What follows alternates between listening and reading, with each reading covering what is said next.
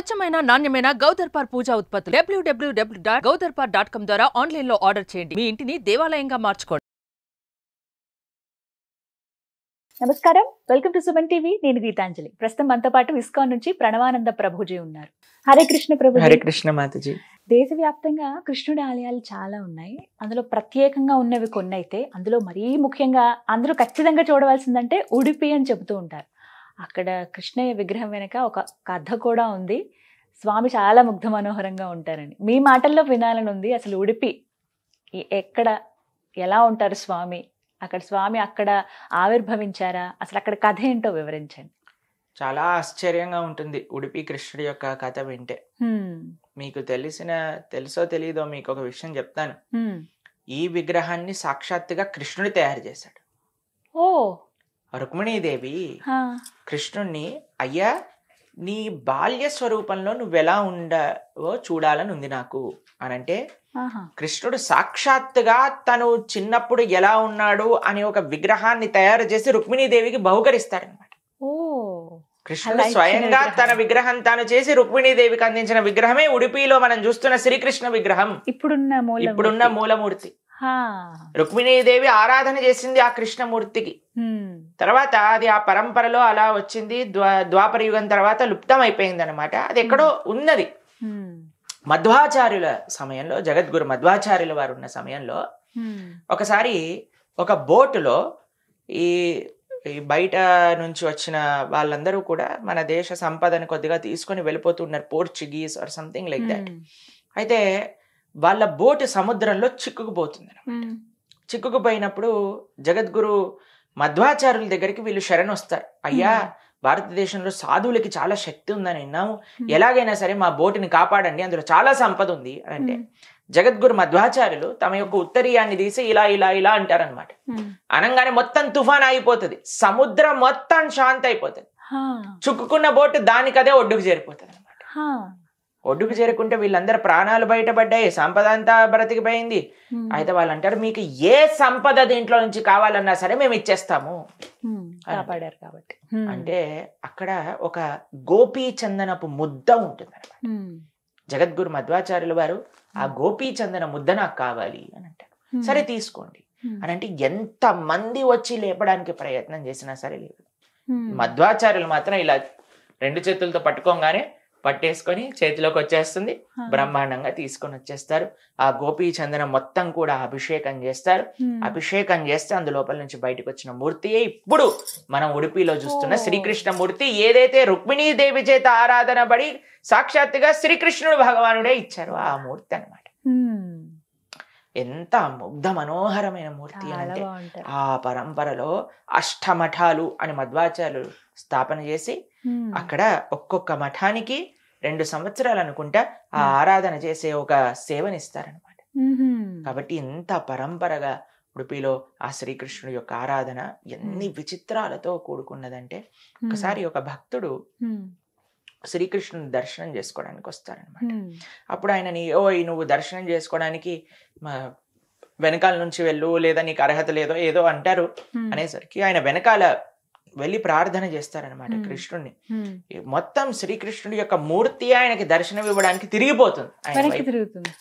అందుకే ఇప్పటికీ కూడా ఆయన కిటికీలో నుంచి చూస్తున్నారు కాబట్టి ఇప్పటికీ మన కిటికీలో నుంచే దర్శనం.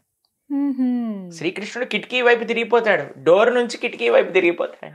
అందుకే ఇప్పటికి కూడా ఉడిపిలో మీరు చూసారనుకోండి, కిటికీ లోపల నుంచే 9 రంధ్రాలు ఉంటాయి, అందులోపల నుంచే శ్రీకృష్ణ దర్శనం. డైరెక్ట్ గా అలా చూడడానికి డైరెక్ట్ గా ఉండదు, ఆయన విగ్రహమే తిరిగిపోయింది ఆయన కోసం. కాబట్టి మధ్వాచార్యుల ఆ కరార్చిత విగ్రహం అది, రుక్మిణీదేవి పూజ చేసిన విగ్రహం, సాక్షాత్తుగా శ్రీకృష్ణ భగవానుడే ఇచ్చిన విగ్రహం. కాబట్టి చాలా మహిమాన్విత విగ్రహం. ఎంత పూజ ఆరాధన చేస్తారంటే అక్కడ స్వామికి, నేను ఒక చోట విన్నాను, అక్కడ పూజారులు, అక్కడ ఎవరైతే మఠాధీశులు ఉంటారో వాళ్ళు ప్రతిరోజు కూడా ధ్యానం చేస్తారు కృష్ణుడి పైన. కృష్ణుడు ఏ రూపంలో వాళ్ళకి దర్శనమిస్తే ఆ రూపంలో ఆ రోజు కృష్ణుడికి అలంకరణ చేస్తారనమాట. అందుకే మీరు చూసారనుకోండి, ఒకసారి చిన్ని కృష్ణుడుగా ఉంటాడు, ఒకసారి వెన దొంగతనం చేసే కృష్ణుడుగా ఉంటాడు, ఇంకొకసారి పెద్ద కృష్ణుడుగా ఉంటాడు, ఇంకొకసారి గోపాలుడుగా ఉంటారు, ఒకసారి కవచం ధరించి ఉంటారు, ఒకసారి రుక్మిణీదేవిగా ఉంటారు. ఆయన ఇష్టం. ఆయన ఎలా అలంకరణ చేయించుకోవాలి అని అంటే అలా చేయించుకొని దర్శనం ఇస్తారు. ఇప్పటికీ ప్రతిరోజు ఇప్పటికీ ప్రతిరోజు ఆరాధన అర్చన కేవలం మఠాధిపతులు మాత్రమే చేస్తారు. ఎంతో నియమతో నిష్ఠతో ఆ ఉడిపిలో ఉండే శ్రీకృష్ణ స్వామి వారి యొక్క ఆరాధన అనేది జరుగుతుంది.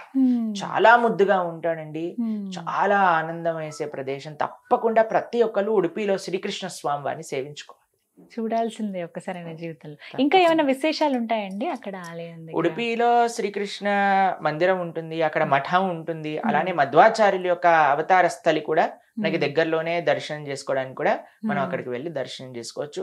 కానీ ఉడిపి శ్రీకృష్ణుడి యొక్క దర్శనం, ఉడిపి శ్రీకృష్ణుడి యొక్క రథ యాత్ర కూడా ప్రతిరోజు అక్కడ జరుపుతూ ఉంటారు అనమాట.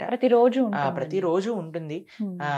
బంగారు రథం, వెండి రథం, అలా రథోత్సవం కూడా జరుగుతూ ఉంటుంది. చాలా బ్రహ్మాండంగా, చాలా వైభవంగా ఉంటాయి ఆ ఉత్సవం. తప్పకుండా అందరూ శ్రీకృష్ణ భక్తులందరూ కూడా, అంటే అందరూ సనాతన ధర్మానికి చెందిన వాళ్ళు ఉడిపి క్షేత్రానికి వెళ్ళి ఆ శ్రీకృష్ణుని దర్శనం చేసుకోవాలి. ఉడిపిలాగే ఇంకా ఏమైనా పుణ్యక్షేత్రాలు ఉన్నాయండి ప్రత్యేకించి కృష్ణ భగవానుడికి చెందినవి మాత్రమే? బ్రహ్మాండంగా ఎన్నో కృష్ణ క్షేత్రాలు ఉన్నాయి. బృందావనం శ్రీకృష్ణ క్షేత్రం. 5,000 ఆలయాల కంటే ఎక్కువ ఆలయాలు బృందావనంలో మాత్రమే శ్రీకృష్ణుడికి ఉన్నాయి. అద్భుతమైన శ్రీకృష్ణ క్షేత్రం. కృష్ణుడు అంటేనే బృందావనం, బృందావనం అంటేనే కృష్ణుడు. కాబట్టి శ్రీకృష్ణ భగవానుడు సాక్షాత్తుగా నడియాడిన ప్రదేశము, ఆ గోలోకం నుంచే ఈ బృందావనం వచ్చింది. అటువంటి ప్రదేశం బృందావనం. బృందావనంలో సప్త మందిరాలు చాలా విశేషం. సప్త మందిరాలు అని బృందావనంలో ఉంటాయి. చాలా విశేషంగా సేవించుకోవాల్సిన ప్రదేశాలు. అలానే మథుర శ్రీకృష్ణ ప్రదేశం, అలానే ద్వారక శ్రీకృష్ణ ప్రదేశం, జగన్నాథపురి శ్రీకృష్ణుడు ఉండే ప్రదేశం, అలానే నాథద్వార్ శ్రీనాథ్జీ అని ఉంటారు. ద్వారకలో కూడా పంచద్వారకలు అని అంటారు. కాబట్టి అవి కూడా శ్రీకృష్ణుడు ఉండే ప్రదేశాలు. ఇటు దక్షిణ భారతదేశంటే ఉడిపి శ్రీకృష్ణ క్షేత్రమే. కాబట్టి శ్రీకృష్ణుడు అన్ని చోట్ల వ్యాప్తి చెంది వివిధ రూపాలలో మనకి దర్శనం ఇస్తూ ఉంటారు. కాబట్టి ఆ స్వామికి విశేషమైన క్షేత్రాలు అని అంటే అన్నిటికంటే గొప్ప క్షేత్రం ఏమిటి శ్రీకృష్ణుడికి సంబంధించింది కానీ అలా ప్రశ్న ఉంటే అది బృందావనమే. బృందావనంలో శ్రీకృష్ణుడి యొక్క దర్శనం అతి మనోహరం. శ్రీమతి రాధారాణితో కలిపి ఎక్కడ కనిపించరు, అక్కడ మాత్రమే అలా ప్రత్యేకంగా శ్రీమతి రాధారాణితో కనిపిస్తారు. మనకి మహారాష్ట్రలో పండరిపురం విఠలుడు శ్రీకృష్ణుడి యొక్క క్షేత్రం. కాబట్టి అక్కడ పాండురంగుడు ఉన్నాడు, ఇక్కడ ఉడిపి కృష్ణుడు ఉన్నాడు, అక్కడ ద్వారకలో ఉన్నాడు, మథురలో ఉన్నాడు, బృందావనంలో ఉన్నాడు, జగన్నాథపురిలో ఉన్నాడు. ఎక్కడ చూసినా అక్కడ కృష్ణుడే ఉన్నాడు.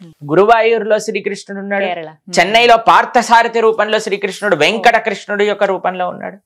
కాబట్టి మొత్తం భారతదేశంలో నలుమూలలా చూసారు అనుకోండి, రౌండ్ గా కృష్ణ క్షేత్రాలే మనకు కనిపిస్తున్నాయి. మేము ఇంజనీరింగ్ చేసేటప్పుడు ట్రిప్లికెన్ లో పార్థసారథి ఆలయానికి వెళ్తూ ఉండేవాళ్ళం.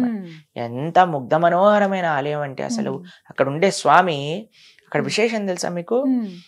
అర్జునుడి యొక్క రథ సారథ్యం చేసేటప్పుడు కృష్ణుడా నువ్వు ఎలా ఉన్నావు అలా చూడాలి అని కోరుకుంటారనమాట. అక్కడ తపస్సు చేసిన ఋషి కృష్ణుడి యొక్క స్వరూపం ఎప్పుడైతే ఆవిర్భవిస్తుందో ఆయన ఆశ్చర్యపోతాడు. ఎందుకో తెలుసా అండి, ఇక్కడ నుంచి కింద వరకు అన్ని దెబ్బలు ఉంటాయి కృష్ణుడు.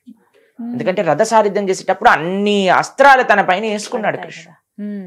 అంత ప్రేమ దయ కలిగిన కృష్ణుడు త్రిపురలో తిరువల్లికేని అనే ప్రదేశంలో స్వామి అక్కడ కృష్ణుడు పార్థసారథి రూపంలో ఉంటారనమాట. దాని తర్వాత వటపత్రశాయి రూపంలో మనకి శ్రీవెల్లి పుత్తూరులో ఉంటారు. దాని తర్వాత మనం గురువాయూరులో శ్రీకృష్ణుడిగా మనకు దర్శనమిస్తారు.